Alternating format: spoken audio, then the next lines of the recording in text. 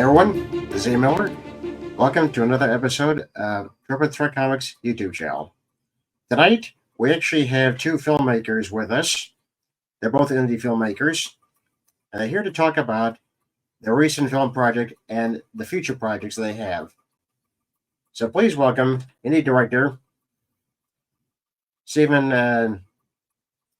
Tsapelas Hello, thank you. and his producer Ken Frank. Hi, Welcome, thanks guys. for having us. Hi. Yeah, I'm very sorry for the pronunciation. It's so close. Very close. It's okay. Steven Tsapelas. Tsapelas. I get it all the time, but that's okay. Welcome, guys. Thank you for having us. Yes, course, thank you of course. so much. As always with each new guest, I'd like to have you guys talk a little bit about yourselves before we get to tonight's topic. So, Steven, why don't you go ahead? Yeah. Well, hello. My name is Steven Tsapelas. I'm a writer and director. I live in Connecticut now. I grew up on Long Island. And so I wrote and directed this feature for Ken's company called UFO CLUB. And yeah, that's my story right now. And I'm Ken. I am a filmmaker based in Long Island still. Like Steven, grew up in Long Island. We actually met through the Long Island International Film Expo.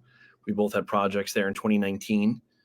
We connected over that and, started kind of brainstorming ways we could work together. And Steven had this idea for UFO CLUB. Originally, his idea was for a series of it.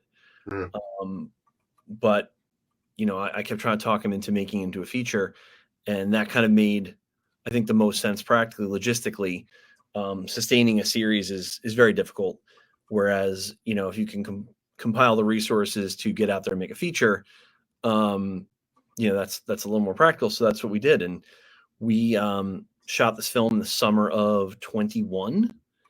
It was then done through post by early 22 and went out on streaming where it played festivals through 22 and went out on streaming platforms at the beginning of 23, I believe it was, right? So that's been our trajectory. That's all very accurate. Yeah. And we're now at work on Steven's next film called The Bigfoot Club, which does share some world elements. Sure. I guess we'll say. Not a sequel in the sense of different sets of characters, different storyline, but there is an overlapping. Oh, there we go. There you an go. Overlapping Bigfoot Club connection through one character and sort of some thematic and yeah. We can get to this, but basically on set we kept joking that the sequel to UFO Club would be called Bigfoot Club, and then on the last day we had a slate that said Bigfoot Club, and it was just a kind of an inside joke, which eventually became a real script. And then we put in the credits. Yes, we did. Right. Dr. Peter Greenport is a character in UFO Club, and Steven teased in the credit scroll that Dr. Peter Greenport would return in Bigfoot Club. That's true. I did. I called my shot. Just like all bad jokes you make, it comes around and becomes reality. Oh, that's fantastic. Because when I heard about, you announced Bigfoot Club, I was like, is this a sequel or what are we doing? A cinematic universe, maybe? It's a very loose sequel in that there's one character who returns, but it's not at all connected to UFO Club. They're just totally separate movies that just share one character. Yeah. And he's in a very different role in this. So, yeah. No, I get it. So what do you tell us about what UFO Club is about? So UFO Club is set in 1998. It's about a young nerdy kid named William who is obsessed with aliens and UFOs. He finds out his mentor, Dr. Peter Greenport, who is a ufologist on Long Island, has been arrested for a crime that William believes he didn't commit. And the only piece of evidence that is left that can prove his innocence is a tape that he has of a UFO crash, which when William was in the UFO Club in high school was won by that girl right there. Yeah. And she, so Alex has the tape, and he has to basically pull a she's all that and strike up a friendship with her in order to get to the tape, because he doesn't know if he can trust her. So it's a little sweet rom-com, half she's all that, half the X-Files, set in 1998. With the like narrative shell of a UFO sci-fi piece. Yes. Really at its heart, the film is a romantic comedy Yeah. with these kind of elements of sci-fi and UFO. Okay, I have to ask, who is the X-Files fan here? Okay, so my wife is a huge X-Files fan, like diehard X-Files fan. She is part of a podcast called Archive of Our Own. Sorry, she's part of the Audio Fanfic podcast, which reads content from Archive of Our Own. And yeah, so she was a huge X-Files fan, still is. I was a big X-Files fan in high school and was actually in a UFO club in high school. And this story actually did happen to me. It is autobiographical. It's fairly autobiographical, where a guy came, said he had video of a UFO crash, raffled it off, and my friends and I said, if one of us wins, we're going to have a sleepover and watch it together. And then a girl won, and we were like, well, there goes that. And we got to shoot the scene of the UFO Club meeting in the same high school. That's true. Steve attended and went to the UFO Club meeting. So we were at Steven's old high school in Bethpage. We filmed in my locker. That was my locker in the movie. Great. Wow. Yeah, it was pretty cool. That had to have been trippy for you to go back to that part of your childhood. Yeah. No, I mean, well, my friend Eileen, she like, we were trying to find a high school, and then my friend Eileen was like, why don't you just ask like our high school? I was like, I don't know if they would let me in. So she put me in touch with the superintendent who she knew, and he was as nice as can be and was so excited that we were there. Incredibly welcoming and incredibly helpful, because the easiest thing in the world on this stuff is to say no. Yes, and you get used to hearing no. Yeah. So we filmed it one summer day, and it was there we were in my old high school, which I haven't been to in a very long time, clearly. And yeah, it was really trippy and weird, and you kind of like, your brain starts to do like they'll say, oh, we need to film something by the gym. And my brain like had mapped it out after 4 years of being there. It's like, well, we could take this hallway down to this staircase and we can cut through here. So it was weird. It was interesting. Definitely unexpected. I can imagine. Yeah. Well, that's just fantastic. They're able to shoot a shot, a scene in your old high school. And yeah. No, it was cool. And like, honestly, like, we got very lucky. Everyone was super nice at every location that we went to. And we got a really, a bunch of nice, like, as guys growing up on Long Island, we shot at All American Burger in Massapequa. Mm-hmm. We shot, like I said, the school scenes of the prom scene at your old high school. Bethpage train station. So we were at a couple of different Long Island Railroad stations shooting scenes of the train. We shot on the center tracks. And so, it is a fun thing. I mean, obviously you want it to work for the story and for the film, but for yourself as the filmmaker to be there, you're kind of like, this is great. This is really putting so much of yourself and your life into the project, which is, always very gratifying. Oh yeah. Shooting at your own high school is nostalgic and funny and weird. Absolutely. Well, I can imagine. Yeah, so you said this takes place in 1998. How difficult was it to try to make it look like 1998 without, doing too much? I mean, I think our goal, like, in looking at the production design for this, was we didn't want it to be like, obviously 90s nostalgia is huge now. Yeah. And you watch shows and they're like, they reek of the 90s, where they do it over the top and, and I get it. Like, they're trying to be really like funny and like, pull you in, almost like how like The Wedding Singer was like superbly 80s. Like now, like everything is like over the top 90s. But, I went to high school in 1998 and I remember how flat and boring the 90s could be. It wasn't this like neon day glow Joel Schumacher kind of thing. It was pretty, and like, I have all my old home movies here, so I comb through those. And I think a lot of it was kind of just finding the right hardware. So TVs, telephones, computers. That was a big thing. And then it was kind of just like 90s by omission. Like if you saw, we couldn't film too many cars. Yeah. No one's on their cell phone. No one's on their cell phone. We went out of our way to find a payphone to shoot. We did. Yes. Yeah. Just little things like that, little hallmarks of what we remember, like our adolescence being like, where like you dialed up into the internet. You had AOL on dial up. My dad still has his car from the 1990s, so we used my dad's car. Very nice. Yeah, so it was a lot of that, and it was when we were on streets, you couldn't shoot modern cars, or we would have to blur them out a little bit, shoot telephoto, kind of. Yeah.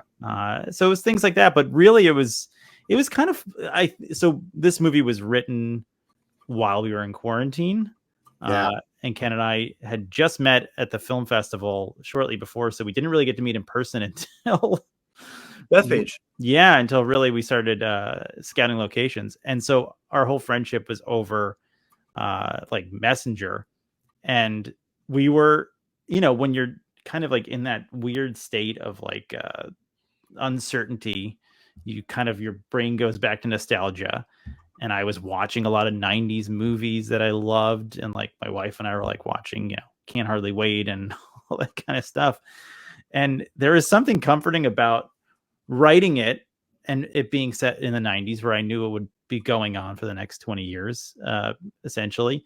It didn't seem dangerous. And then like when we were on set, I think it was fun for people to like kind of wear that kind of style and have like the weird phones and all that kind of stuff. So it was neat to be in the 90s for little pockets of time. But it's funny you talk about like 90s by omission. For us, we're very conscious of what that was. I would say that the actors who are in the film, they're average. They on average they were probably born in 97 or something. I think even later. I think some of them were born after the movie was set. Right. So like we're thinking of like, does this look right or does this not look right? They're just in it, and they have no frame of reference. So it was nice because they were free. They were free of that. They were just kind of like, all right, well, this is the script, and here I am, and let's do it. And Stephen was really great about finding, like the right CRT TV and the right CD player and things like that. And so there was like enough attention paid to the details. And then there also is this freedom of like, all right, this is actually just a scene between a boy and a girl. And we don't need to, like you said, like you don't need to hit people over the head with, it's 1998, go. And it was nice, a nice balance that way. Yeah, I've seen the film a couple of times now, and I could say guys did a very good job, doing that, especially, whether it's cropping certain shots so, you don't see, modern cars. It also puts more focus on the characters, which is really what you really want to do. Thank you. Yeah. Yeah. I mean, it's funny. I think going back, can we say this? There's 0 extras in the film, right? There's a couple in the party scenes, that's like true. A couple like milling about in the high school, but we could, in the high school, much to our chagrin, we couldn't really bring that many people in there because of COVID protocols still. So, we couldn't have too many extras, but yeah, no, there aren't a lot. And but like from a craft standpoint, there's something nice about that because it really simplifies, it really streamlines what you're doing and really hones in on those characters in the story. And you're not worried about, I just remember we talked about like the prom scene, what would we do? And you sometimes think it's going to be this big elaborate piece, or you're going to have to do all this work. And then really it's like the less you do, the more you're focusing on really the content of the scene and what it's trying to do. And that ended up being, I think, a much better method of working for this kind of thing. That's pretty good. Yeah. So people, you can find it, the link on the screen below. I would check it out. It's a very good movie, especially if you're in that rom-com type of mood, or you just want to relive some moments of the 90s. This is the movie to watch it. Yeah, this movie is also special for me because it has a certain cameo from a certain comic books. And yes, you guessed it, it was Codename Hunter and Soul Racer. So why don't we talk about how that came about? Yeah, so I we want everything. Yeah, there it is. Yeah. you want everything to be as authentic as possible. Obviously, we couldn't license Marvel Comics or DC Comics. We're making these movies for an incredibly, insanely low budget. So we reached out on Twitter looking for people who had comics, and you contacted me. And like I told you, this feels like comics I would have read in the 90s. Like, it has that kind of look and feel, and I love that. And so it just fit really well. And there's like a page, there's like an alien page, right? Like there's like kind of like a page with like some aliens. And so we made sure in one of the opening shots, you can see that page as we're like panning across. So like it gives you a good sense of the character. Like, the lead character, William, is a total like comic book geek and like movie geek. And so this is the stuff he would have had in his room. This is the stuff I would have had in my room. Stuff I still have in my room. So I really appreciated you sending this. And then we filmed at the comic book store, Fourth World Comics, in Smithtown, which was incredible, and they were amazing to us. Our producer, Michael Canetti, he frequents that shop. Yeah, there it is. And so he was able to get it for us, and they were incredibly nice. It's a great store, and obviously we couldn't show specific IP in the background, and so we used all those comics that you gave us to be there, and it looks awesome. I love how that scene looks. So I really appreciate you sending those off to us. Yeah, it's such a huge piece for the film, because so much of the film is about, kind of the weird world this kid keeps himself in, with the sci-fi shows he watches and the comics he reads. And so, we joke a lot, Steven and I, about a lot of his characters are watching TV. And so it's putting the Three Stooges on TV in the film isn't just because of our love of the Three Stooges, which we have, but it's also that these are these things matter to this character, and it creates the feel of the world that they live in. And it kind of lets you know what sort of kid you're dealing with in this film. So I think, the comic T-shirts he's wearing in the film, and the comic books he's buying with his friend in the film, and all that stuff really, it's a big piece of the tone and the overall flavor of the film. So all those little pieces are, without them, the film doesn't work nearly as well. Yeah, you can imagine my surprise, especially when I thought you guys were just going to use it for at least a couple of shots, but then I was like, wow, it's in it a lot. Yeah. Mm-hmm. No, it was great. And our crew is small. It's myself, it's Ken, and Kevin, Wolfring, who does sound. And we're the ones doing all the set decorations. So when we're in there and we're setting up a shot, and we see this comic book that looks like the 90s, we're like, okay, great, let's put this right here. So yeah, and posters too. You sent us posters as well, right? Yes, I did. Yeah. Okay, we use those as well, and those are still hanging in Kevin's apartment. When last I was there, he never took them down. Yeah, it's funny. You have in your background, you have the West Seaville Ska Show. I do. Yeah, that's also from the film. But it's little things like that are huge, because when you're in a character space, and you're moving quickly in these films, and there's so much you wish you could say about them or do with them, but an establishing shot, or the camera panning across the coffee table and he's got comics splayed out, it does a lot of work for you, where you're able to then move into other areas. So they're great, they're just very underrated pieces of a film like this. Yeah, they always, like you said, they always tell us a little bit about the character, about what his world is like, especially he practically lives in a fantasy world a lot of the time. So it's great to, see stuff like that, because that's something you rarely see anymore.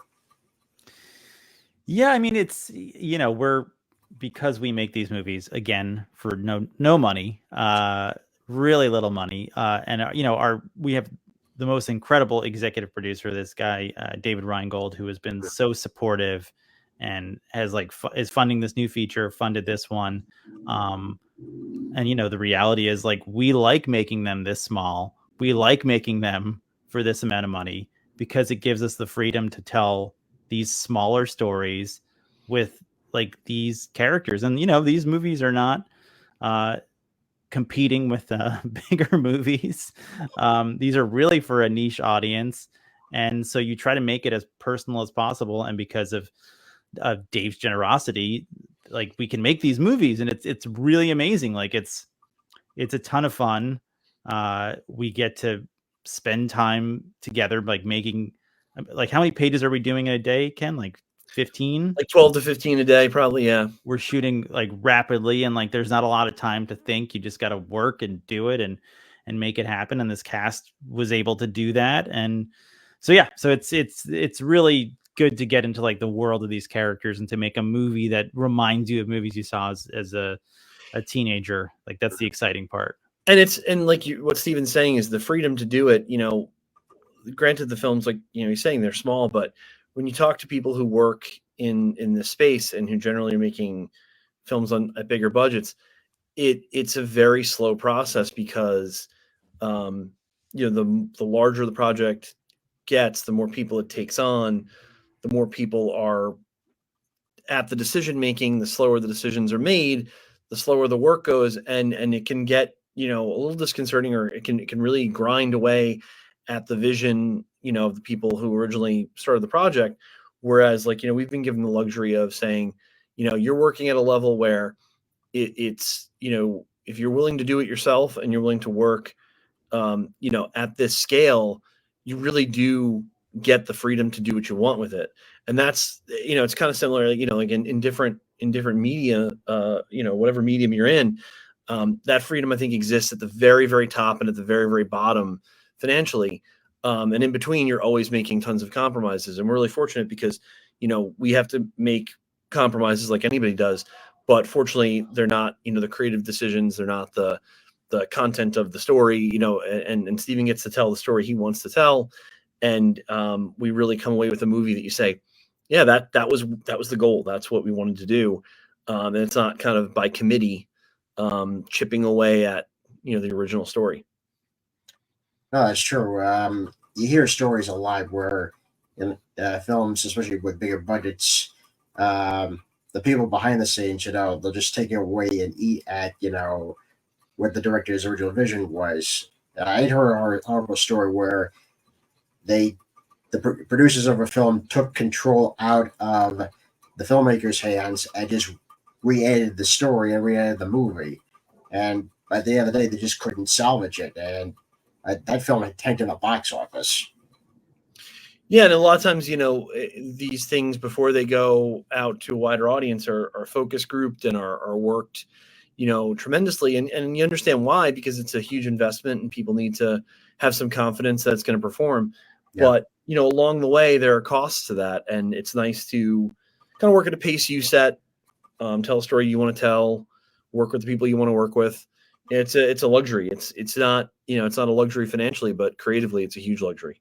Yeah, I mean, every decision in this movie, I basically got to make. So for better or worse, I can say, this is, no one forced me to make it this way. No one forced me to put these scenes in here, or all the, all the actors were my choice. So, it was, we all collaborate together and we all work on these things together. But I think with each of us and the films that we direct for In the Garage, we are all the captain of that ship, and we all input.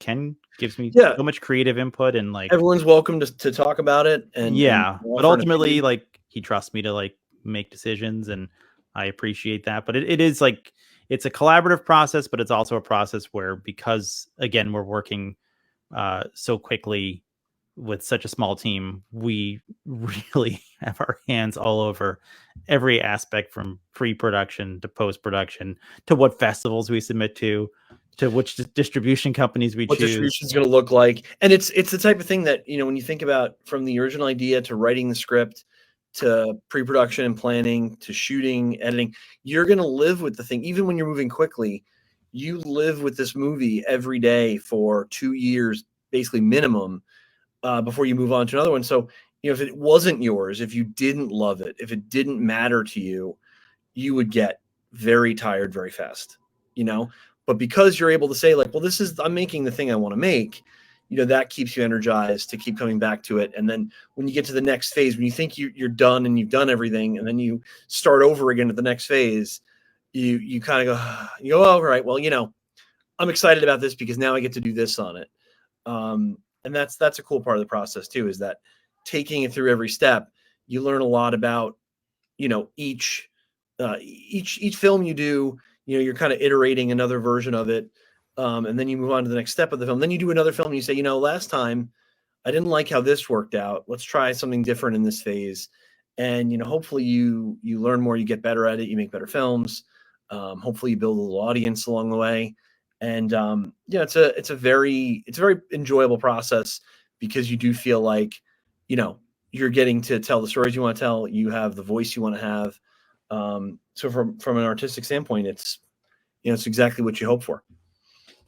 Yeah, I think all indie creators are like that. I certainly know that I'm like that, and my friend Eric Hernandez is like that, where we create our own comics. And I do take to heart that you said we do learn, from the previous project, and say, okay, this is what I've learned. Here's what I should do, and I should not do in the next project. And you're right, there is a freedom, especially when you're not dealing with, a committee. There is a freedom, and you can have your own voice.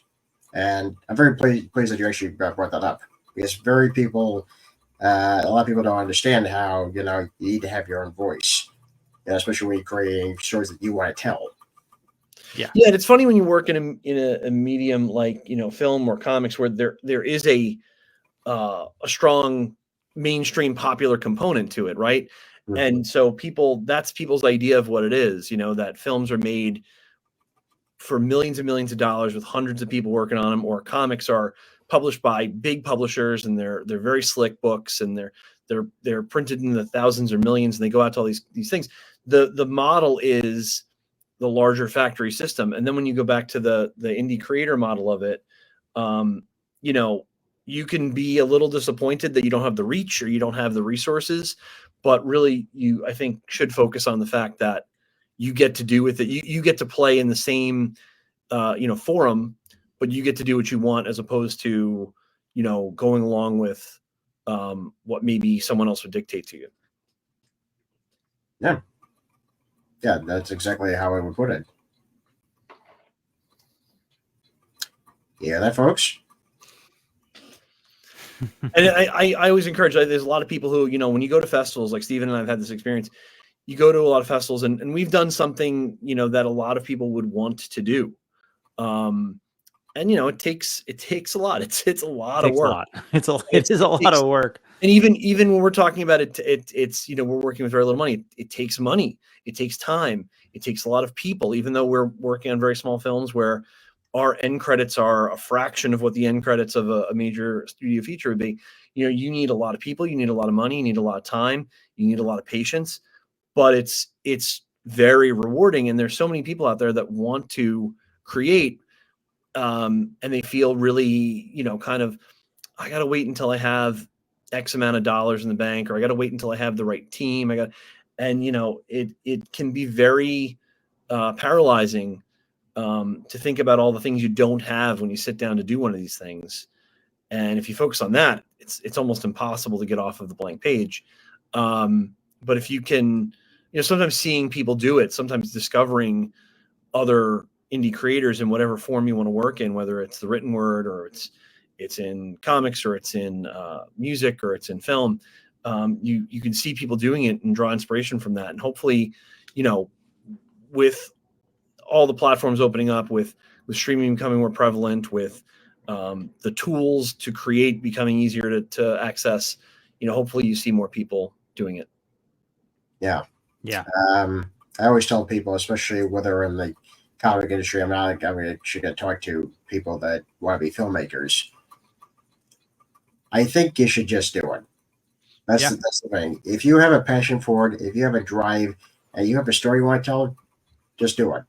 Well, and also I think it's really just writing what you can film, writing things that you have, and basing a script around things you can actually shoot, and not like letting your imagination go crazy and building like this crazy world. for for the budget that we make these at, we have to film them on practical sets, with Locations you have smaller access to or can casts. get. Yeah, number of cast, number of days it'll take you to shoot. And some breaking people it would down kind of, so that like even if like you have like, because we're doing that now with Bigfoot Club, we have a bunch of little scenes in a library, but they're all in the library, so you got to like kind of set it all up, and it seemed spread them throughout the day. Yeah.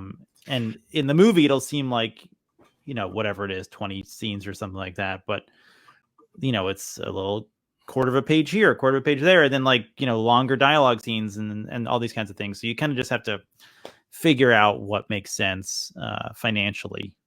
and some people would kind of bristle at the idea that you have to limit yourself right away. And I think that's the thing about film, is that I always would tell, when I was teaching, I'd always tell students, film, you confront your limitations so immediately. Because if you're writing a novel, or if you're drawing a comic, you can open up on the moon. We can't open up a film on the moon. You can write, exterior Yankee Stadium day, 20,000 fans cheering. Can't do that. You can write exterior high school baseball stadium, 50 fans cheering. Can't do that either. Exterior Little League, 5 parents on a bench. Okay, I could. Yeah, I that's maybe bad. I can do that scene. And some people immediately they get deflated and go, well, I think bigger than that. Yeah, I understand. But to a degree, if you want to, get off the page and onto the screen, there are ways to do it. And if you can, learn to embrace that, then there's tremendous potential. But Stephen and I both come at this, I think, from the perspective we think of ourselves as writers first. Yes. So we really prize that part of the process in the script. Some films are not born from the script. Some films are born from existing IP or an idea someone has, or a news article, or whatever it might be. And then, it kind of spirals into all the things it is. We love to, go into the screenplay itself and really talk about how it's a story about human characters. It's a story centered around a specific conflict. And so I think that, as a writer's medium, micro budget indie films are actually a tremendous forum for the writer, because, all the tools of the writer are still there. Maybe not the dazzling visuals of people who are really working on, effects driven or big movie shoots where the cinematography is the focus. But if you're interested in telling human stories, if you're interested in, kind of that sort of relatable, and like, again, we grew up on the types of movies that were very character driven, kind of mid-budget comedies or dramas that spoke to us. That's available to you, and that's very cool. I mean, I think for some, not everyone has that taste, but for people of our taste, it's very compelling. Well said. Okay, so what can you tell us a little bit about the Bigfoot Club without revealing too much? I can reveal it all. No, it's so we're scheduled to film most of the production in September. We're going to film a couple days in the summer. It's about a basically the world's most famous Bigfoot researcher. She was 12 when she started researching Bigfoot. She disappeared at 15. She hasn't been seen in 20 years. She reemerges after 20 years to investigate a new clue in the search for Bigfoot. And basically, essentially, so they're kind of the crux of the movie is in the late 90s in New York, there were different kid groups throughout the city focused on different monsters. And the Bigfoot Club was in Queens. The Loch Ness Monster Club was in Brooklyn. The Mothman Club was in the Bronx, and the Jersey Devil Club was in Staten Island. And so they all have to get together once again. And it's really kind of an exploration of friendship and, when you're an adult and have to, piece together a friendship that you broke apart when you were younger. And it's a quirky, dark little comedy, a character piece. We have a great cast. Catherine Myers playing the lead. Samantha Saya is one of the leads. Olivia Hellman, Jerry Colpitts, who played Dr. Peter Greenport in UFO Club. He's playing that role again. And Megan Palmer, who was also in UFO Club, she's playing a fun little role. So it's it's a really, I'm really happy, proud of the script. It's almost like my dream project to just kind of explore this. I'm very excited to get started on this one. I'm very excited for you. And, it's interesting. You only have one character from UFO Club. Now, I wouldn't say this was it's not a direct sequel to that, but would you say it's takes place in somewhat the same universe? Sort of. I think it's definitely like a darker comedy. Mhm. And it's set in the present day. Well, it's set in 2019, whereas UFO Club was set in 1998. And there are flashbacks to the late 90s. And the flashback, I'm gonna reveal this, Ken, because I don't care. So the flashbacks are in the. I think that you're gonna set the internet ablaze with this. Go ahead. So one of my favorite shows as a kid was Ghost Rider, the PBS show. Yeah. Which was about kids in the city solving mysteries with the help of a ghost. Yeah. Great show. And so in the world of this show, there was a Canadian version of their lives. Like they sold their life story to a Canadian public television show. Mhm. And so the flashbacks are all a very 90s style PBS show. Clips from that as opposed to like real flashbacks of kids. So that's one of the things I'm most excited about, is kind of playing with the formats and like the media and like mixing old TV show clips and old movie clips and old commercials with this kind of dark comedy, dark character piece. So that's that's kind of the long summary on this. There's a couple of different, there's obviously the world of this character as an adult in 2019. There's this dramatized version of her childhood in the 90s. And then there's like her, what do you want to call it? An alternate, like her maybe like an interior consciousness, or yes, there's like a kind of like a almost like fantasy sequences in her head that are, one is like unsolved mysteries in search of, which is where Dr. Peter Greenport comes in. The other one's kind of like the monkeys, like which I'm a huge fan of based on these toys.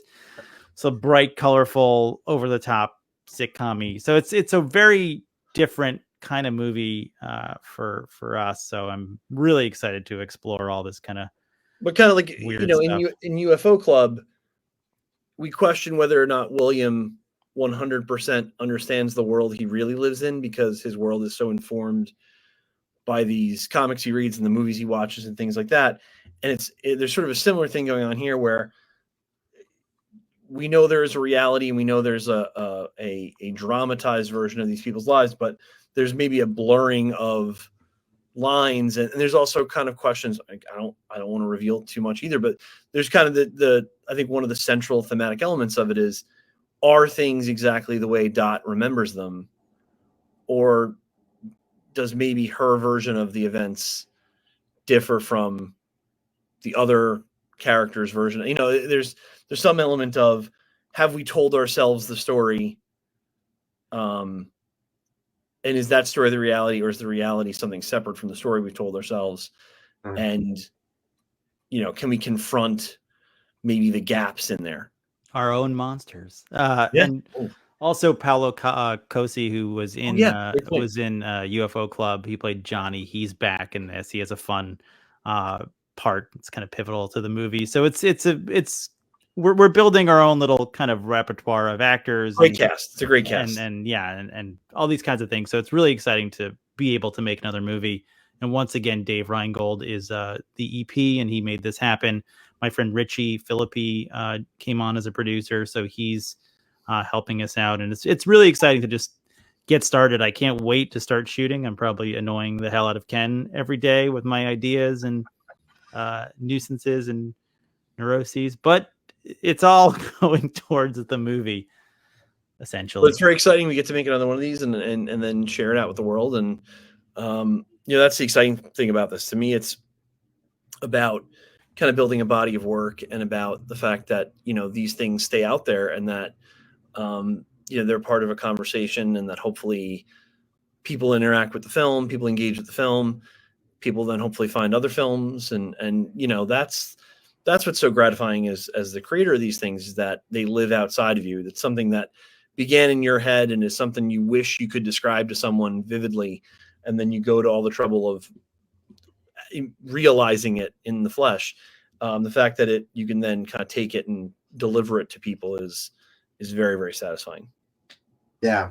And also hearing the feedback, the positive feedback, saying, Absolutely. oh, we loved your film. Yeah, nothing quite like, being in a festival screening or, seeing reviews pop up on, Amazon or whatever it might be, or getting to talk to people about it. Cause that is why you do it. You want to make it so that an audience finds it and that you can sort of have that dialogue about it. So that's always very exciting. Yeah. And we had a very good festival run with UFO Club. It picked up a few awards at like Tampa Bay Underground Film Festival, Tampa Bay Underground Film Festival, Long Island International Long Film Island. Expo, Mystic Film Festival we played at, the Chain Film Festival in the city. Yeah. We did nicely with it. And Boston Sci-Fi we went to. Sci-Fi got to show. It played out in Roswell, New Mexico. Love that. There. So yeah, it was. We didn't get to go because it was the 75th anniversary of the crash that weekend, and so every hotel was booked. And man. I believe it was my dad's birthday is July 2nd. I think it screened on my dad's birthday, so it was like July 4th weekend. It was like it was the intersection of every impossible thing to do. But it was like one of those things where you're like, where I was like, I made a UFO movie. It's got to play in Roswell, right? But it's great to see that gather, and then we are able to get a few reviews, and it's great, like you said, when people kind of take the film seriously and interact with it, and then they start thinking about it and talking about it, and then people say things about it that maybe you weren't even conscious of, or it hits with them personally in a way you couldn't have predicted. So that's great. And I think with this film, like Stephen was saying, he's obviously so passionate about it because it's personal to him, but it's a very personal story. It really is a character-driven story. I think a lot of people will respond to the pathos of this character and what she's been through, and kind of her complex desire to at once be recognized but also be left alone, to put something behind her but also to like continue something that she's passionate about. Like it's it can be a very contradictory thing, but it's also exactly what we are as people, where we have these impulses that conflict with each other, but that's the truth of us. And we have a great cast lined up for this. I'm Absolutely. so excited to work with them. This is going to be a joy to make happen. So it's really just thrilled with this one. But as you said, this was your dream project, and like I said, I'm very excited for you guys. I can't wait for you guys to get started working on it. I can't wait to watch it. Likewise. Yeah. Can't wait to be at that stage. A lot of work to do, but we were excited to bring it to you. Yeah. So for those who haven't seen UFO Club yet, you can watch on Tubi at the link below. And if you don't have Tubi, what's your problem? Go and download it. If you have free. It is the best. I love Tubi. Great service. Oh, absolutely. You got a lot of great stuff. Oh my God, so much stuff. I know. Yeah. Before we go, I just want to let you all know a couple of things. I'm hard at work at issue 4 of Codename Hunter. I'm in the middle of penciling pages. I'm going to send out to my inker very soon. Enrique, I know you're waiting for my pages. I know you're anxious, but just bear with me a little bit longer. Poor Enrique. I know. I feel bad. I feel really bad for him. I feel really bad. But he's a great guy. And yeah. And this is where you can find issue 1 of Codename Hunter. It also has the links to issues 2 and 3 in there. Because 3 is up, finally. Yeah, so that's I'm very excited about that. Let me just share that with you guys. Yeah. Nice. Yeah, there's 2 and there's 3 right there. And Enrique actually did the inks for this cover, which I'm very proud of. That's awesome. Yeah. And for those of you that are waiting for more of my little Ian merchandise, yeah, I forgot to tell you guys this. I actually started a T Public store. Oh, Which nice. is the link right there.